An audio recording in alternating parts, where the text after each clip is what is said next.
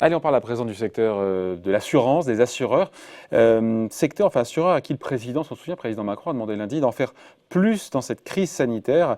Il a demandé aux assureurs, je cite, d'être au rendez-vous de cette mobilisation économique. J'y serai attentif, a-t-il ajouté. Bonjour Bruna. Bonjour David. Bruna Basini, donc rédactrice en chef adjointe au JDD, le président qui a mis la pression sur les assureurs lundi soir, clairement, qui ont été, il faut le dire, largement critiqués depuis le début de cette crise sanitaire. J'ai envie de dire à juste titre ou pas, parce que c'est vrai que jusqu'à hier et ce matin, ce qu'a annoncé Matignon ce matin, on disait qu'ils n'avaient pas assez mis au pot de la solidarité. Et il y a cette question de ces contrats d'assurance qui ne couvrent pas aujourd'hui les pertes d'exploitation pour les entreprises liées à la pandémie, liées à l'épidémie de coronavirus. Tout à fait. C'est ce qui fait d'ailleurs la force des assureurs face aux critiques dont ils font l'objet. C'est que, effectivement, la plupart des contrats en vigueur aujourd'hui ne couvrent pas ce risque. Donc, pas de couverture, pas de prime, pas d'assurance. Et de fait, ils peuvent refuser de couvrir les pertes d'exploitation.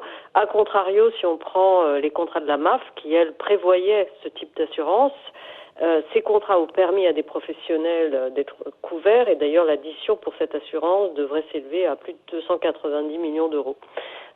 Pour vous donner un exemple. On a vu également que dans certains contrats concernant des événements importants, ces clauses existent et tout le monde ne les a pas souscrits, mais ceux qui les avaient souscrits et ont dû annuler des événements ont pu faire prendre la responsabilité, ont pu donc utiliser ces garanties. Il avait eu raison, pas le président, justement, de tenter de gronder un peu, de taper sur les doigts des assureurs lundi soir en disant j'y veillerai, est-ce qu'ils participent plus? Il y avait ces critiques sur le... Moi, je pense que ces critiques, on peut les entendre hein, quand on voit tout de même le montant des primes collectées sur une base annuelle par l'ensemble des assureurs en France. Hein, on parle de 302 milliards d'euros. Vous vous dites 302 milliards d'euros d'un côté. Certes, il y a des charges qui viennent impacter ce montant. Et en face, qu'est-ce qu'on voit? On voit un fonds d'indemnisation de 400 millions d'euros, qui était au départ uniquement de 200 millions, et puis à peu près 500 millions d'euros pour pour faire des remises commerciales. Et voilà, enfin c'est des petites mesures, des mesurettes qui ont été proposées suite à de nombreuses relances d'ailleurs des pouvoirs publics. Et pour finir, il va y avoir cette mise en place d'un plan d'investissement qui devrait s'élever, dans lequel les assureurs vont investir environ 1,6 milliard. On va revenir, Bruna, sur le plan, enfin les moyens financiers qui ont été largement doublés. Mais juste sur cette histoire de statut de catastrophe sanitaire avec effet rétroactif, certains disent mais c'est à la loi de mettre en place encore une fois cette capacité à activer ce statut de catastrophe sanitaire, ce qui obligerait quelque part les assureurs justement à couvrir les pertes des artisans, des commerçants, des indépendants, des professions libérales, des restaurants. Oui, mais pas rétroactivement. Ce dispositif, il est déjà à l'étude. Il a d'ailleurs été dessiné à grands traits par le patron d'AXA la semaine dernière. En fait, ce qui va se mettre en place, c'est effectivement un régime de type CatNat appliqué aux catastrophes sanitaires, mais pour l'avenir. Pas pour le passé. Aujourd'hui, les assureurs ils disent attention, nous si on devait couvrir ce risque qui n'était pas couvert, ça nous coûterait 60 milliards d'euros. J'ai vu ce chiffre passer, Bruna. Ils disent voilà, effectivement, ça coûterait 60 milliards, mais ça c'est le secteur, c'est le lobby, enfin c'est la FFA, Fédération française des assurances. Et en gros, ce qu'ils disent, c'est que si on devait payer ça, on n'a pas les moyens, ça nous mettrait à terre. Mais quand on dit qu'il y a eu 300 milliards de primes versées, c'est vrai ou pas? Non, ça, je crois que c'est vrai, c'est la CPR qui donne ce chiffre, donc c'est vrai. Ce qu'il y a, c'est que ce qu'ils disent, c'est que en fait, ce risque, ces catastrophes sanitaires, c'est un risque de type systémique. Si du jour au lendemain, alors qu'ils n'avaient pas prévu de couvrir ce risque, on leur dit allez-y, payez, il y a beaucoup d'assureurs que ça va mettre en difficulté. Il ne faut pas oublier aussi, alors je ne dis pas ça pour défendre le lobby des assureurs, hein, mais que par ailleurs, c'est eux qui gèrent également l'assurance vie. Donc, certains d'entre eux doivent avoir un certain montant de fonds propres pour développer cette activité. Donc si soudain vous leur dites votre contribution ça va être 5 milliards cette année, ça risque aussi de fragiliser toute une activité, tout un pan d'activité, puisque 60 milliards ça représente en fait plus que les fonds propres mis de côté par les assureurs dans le secteur non-vie. Donc voilà, les Français vont peut-être pas comprendre qu'on fragilise leurs économies gérées dans le cadre de l'assurance vie. Ouais. Et les assureurs, Bruna, qui réfléchissent justement à la création de ce risque pandémie, mais on phosphore, mais c'est pour le futur, et il y aura une cotisation avec une nouvelle police à souscrire. Enfin voilà, il faut remettre un peu les choses. Probablement, oui. Comme on l'avait fait d'ailleurs, il y avait une loi qui avait été votée en 82 après les grandes inondations dans les vallées du Rhône et de la Saône, en 81. C'est à ce moment-là que le législateur impose un régime de catastrophe naturelle, qui est maintenant dans tous les contrats, habitation, multirisque professionnel, automobile. Et puis les choses ont un peu évolué d'ailleurs parce que ça a évolué sous forme de taxes. Mais aujourd'hui, effectivement, tout le monde, c'est un système de mutualisation où tout le monde, tous les assureurs payent pour tous les assurés. Tous les assurés payent pour tous les assurés. Et ce vers quoi on pourrait aller, c'est un système basé sur la même logique et la mise en place d'un fonds qui appartiendrait à 50% à l'État et à 50% à un pool d'assureurs privés. Chaque année, ils encaisseraient des primes qui seraient mises en réserve et en cas de crise, ils paieraient, alors selon la proposition de Thomas Buberl d'AXA, jusqu'à 2 à 3 fois le montant des primes et l'État prend ensuite le relais, c'est-à-dire nous, les contribuables en réalité. Bon, ça c'est pour le futur, ça ne changera rien à la donne actuelle. Ça c'est pour le futur, absolument.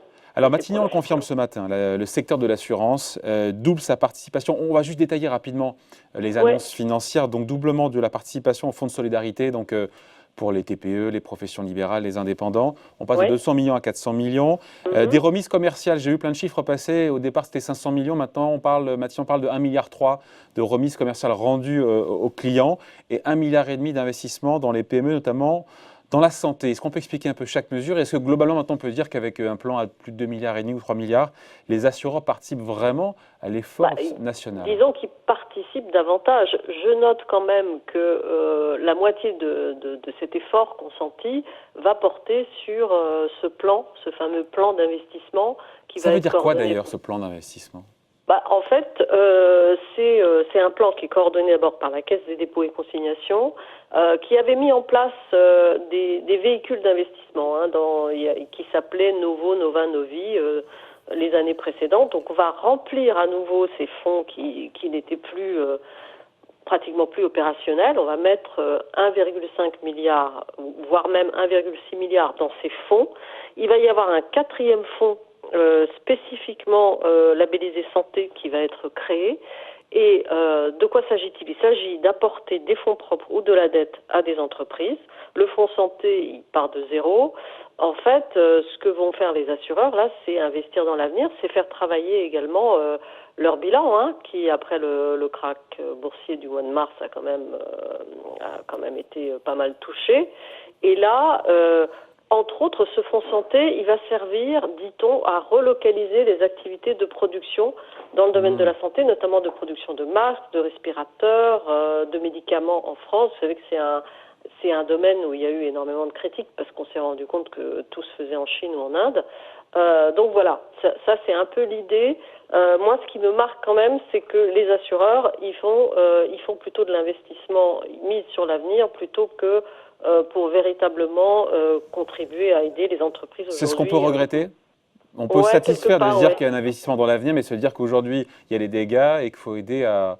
Il faudrait peut-être aider plus sur les dégâts parce que tout de même le tissu économique va être extrêmement abîmé du fait de cette mise à l'arrêt de pans entiers d'activités économiques. Donc malgré ces nouvelles annonces, Bruna, à la question qu'on pose aujourd'hui, les assureurs en font-ils suffisamment? Pour vous, la réponse est plutôt non. Ouais, je pense qu'ils peuvent en faire un peu plus, à mon avis. Oui, certainement. Bon, dernière question, Bruna. Le confinement, on a vu, a fait baisser le nombre de morts sur les routes, donc moins d'accidents de la route, évidemment.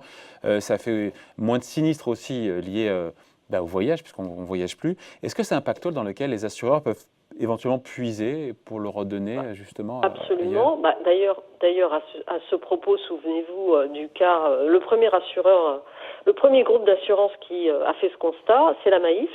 Bon, certes, assureurs militants, mais ils ont pris en compte la baisse du trafic routier de l'ordre de 75% et ils décident comme ça de reverser 100 millions d'euros de cotisations à leurs 2,3 millions de sociétaires. Ça montre bien qu'il y a tout de suite des sommes conséquentes qui reviennent aux compagnies d'assurance grâce à la baisse des niveaux de sinistralité. C'est vrai effectivement pour les voyages, pour le trafic sur les routes, mais aussi pour les assurances habitation. Il y a moins de vols aussi.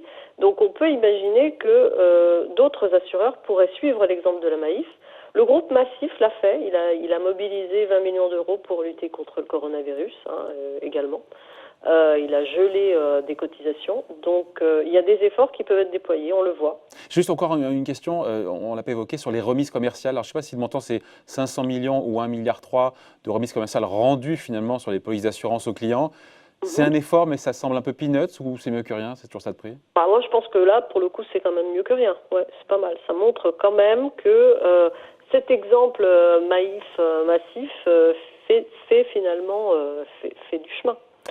Voilà, merci donc pour ces explications signées Bruna Basini, rédactrice en chef adjointe au JDD. Merci, portez-vous bien. Merci Bruna. Merci, au revoir.